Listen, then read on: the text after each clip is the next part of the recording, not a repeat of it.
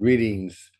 Our Frederick Riddle here with another episode of Christian News and Views. And this is episode 191. And this is Monday. There's a lawsuit going on, and it's actually going on today. And it's Harvard University and the U.S. Government going at it. I've covered this in the past, so I'm not going to go through all the details. Try to narrow it down to actually what I think is the problem here. So I'm going to open it up with some segments of the what's going on, and then I'll give my opinion. So the nation's oldest university is facing off in court against the president on Monday in a legal showdown, the outcome of which will reverberate across American higher education. The hearing represents a pivotal moment in the battle between Harvard University and the Trump administration, as a federal judge hears arguments over whether the massive cuts to the university's federal research funding were legal or illegal, rather. Harvard has challenged the administration's move to slash billions of dollars in federal funding, calling it unlawful and unconstitutional. Both sides have asked the judge to issue a ruling in the case without a trial. Its president, Alan Garber, said in a letter to the campus community that it was clear the government was not working in good faith to combat anti-Semitism. He said the university would not surrender its independence or relinquish its constitutional rights. No government, he said, regardless of which party is in power, should dictate what private universities can teach, whom they can admit and hire, and which areas of study and inquiry they can pursue. So here is my opinion. I'm narrowing it down to that last part that we just covered. I think that touches on it. I do find it very interesting in the whole article that I read. It didn't mention about the fact that Harvard University is guilty of not fulfilling the United States Supreme Court ruling in previous years that went against them, went against Harvard. And that's part of this whole thing. So it's interesting, and it didn't show up in the article. But then it's an Associated Press, so I'm not surprised. There seems to be multiple issues here. And like I said in the beginning, I focused on some of them and in the past, but I think what the university president here said really brings it into perspective. And here's what he said. No government, regardless of which party is in power, should dictate what private universities can teach, whom they can admit and hire, and which areas of study and inquiry they can pursue. Now, here's the problem with that little argument that he just made. He called himself, Harvard, a private university. That's a very narrow thing here. And I can see where he might go that way. But we're talking about government funding. Now, I don't know of anywhere in the Constitution or in the law that requires the government to fund private universities.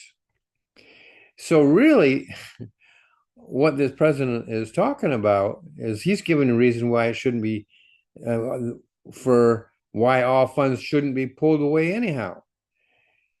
It's to the reason the government gets into things like this is technically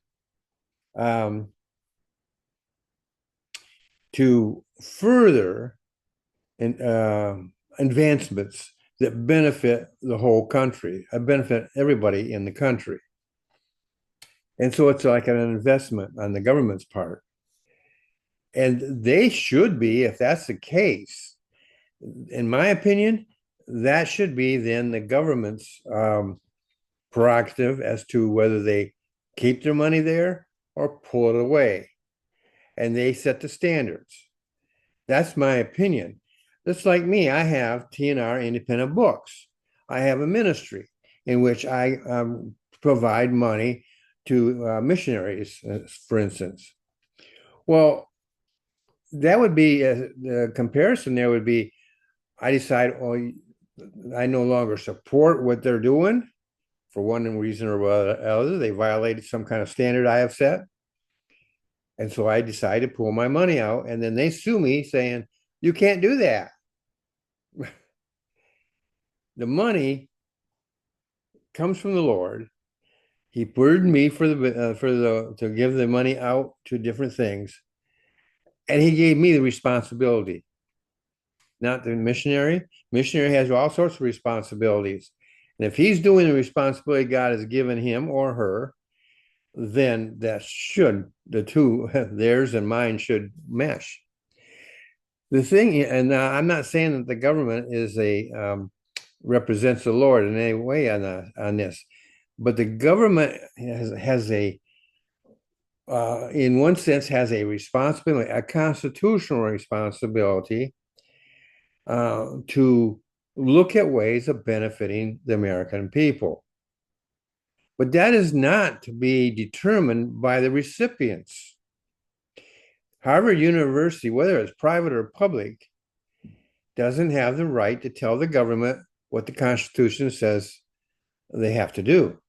That's up to the government, and again, it's the courts. And the court system can get involved here too. But even there's restrictions. This is strictly, in many ways, simply like I just demonstrated.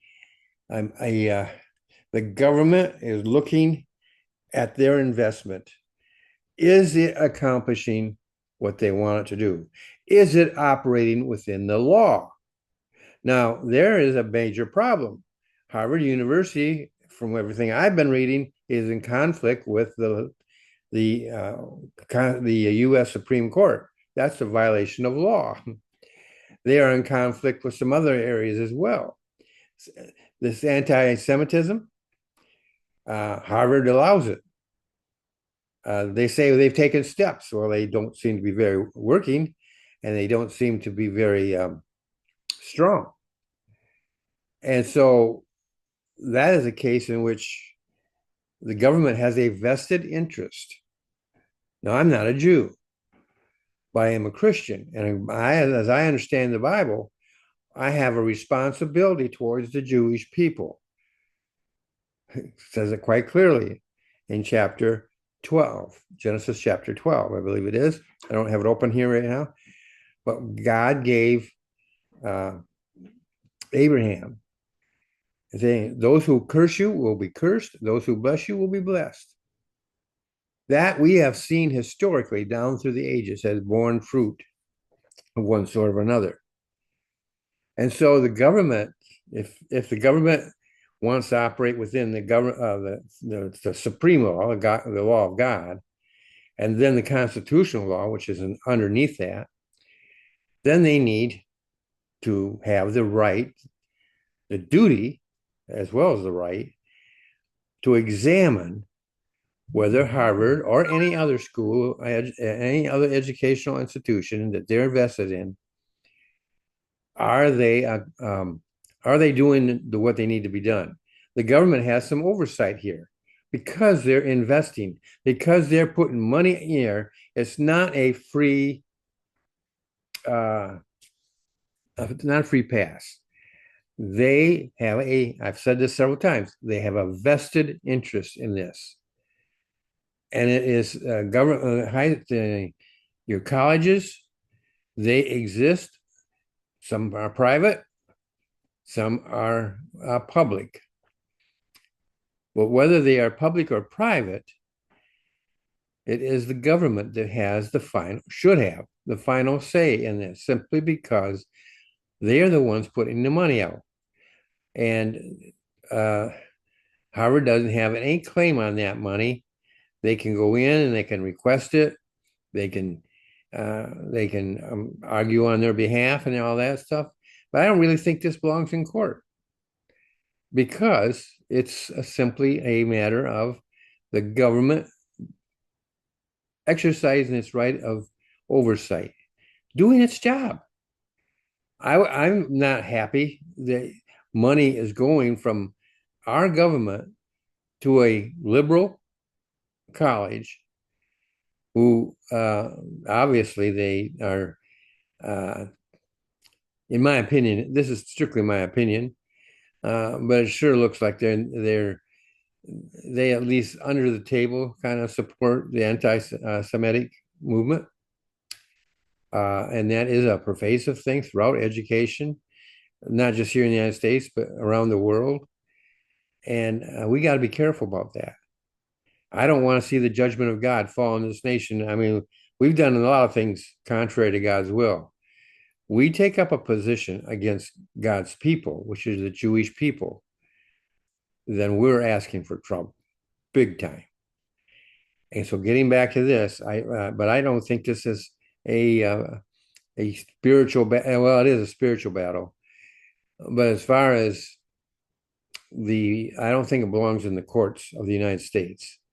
The government has the vested right and authority and duty to watch that money, that's taxpayer money that they are using, and it should be used in a way that is beneficial, not determined by the recipient, but determined by the government, the one who is issuing the money, one who is providing the money. That's my opinion, folks. And you're entitled to disagree with me if you want. But just remember this: I'm a Christian, a conservative Christian, and the law of God is supreme. Constitution of the United States is next in order, and it is supreme over our government and everything. And when you take those two, I see the Constitution is in agreement with God's law. And the Constitution, I think, gives the authority to the government. I'm not a lawyer. I don't pretend to be one. I have no intention of ever being one. But I do think that this particular issue should go toward the judge should rule in the government's behalf. This is not an issue of what's legal and illegal, as far as who tells what. This is an issue of where the government has the right, the duty, and the responsibility and the power to withdraw funds. If they don't have that right, that really would cripple our government in so many different ways. But I think the judge really doesn't have much choice here, but you never know. I don't know anything about the judge, so I don't really know where he stands on all this. But in any case, that's my opinion. You are free to disagree. If you do, please tell me why. Give me some reasons, good, solid constitutional reasons, mind you. And wouldn't hurt to have even some spiritual, biblical reasons. And whatever you do, whether you agree or disagree, please be civil. And meanwhile, I encourage you to subscribe to this channel. This is where you get the news and opinion, but they're separated. And so used to be that we could count on the newspapers to do that, but we can't anymore. So I'm doing it for you. You can maybe give you something to chew on, to think about. Where do you stand? And you don't have to respond to me at all. Just go through it and decide for yourself, where do you stand? Well, that's it for today. Please subscribe if you have the opportunity. When you do, right down the corner, and I just encourage you to not only subscribe, but to follow and to listen on a regular basis. Thank you for being here. I'll see you in the next episode.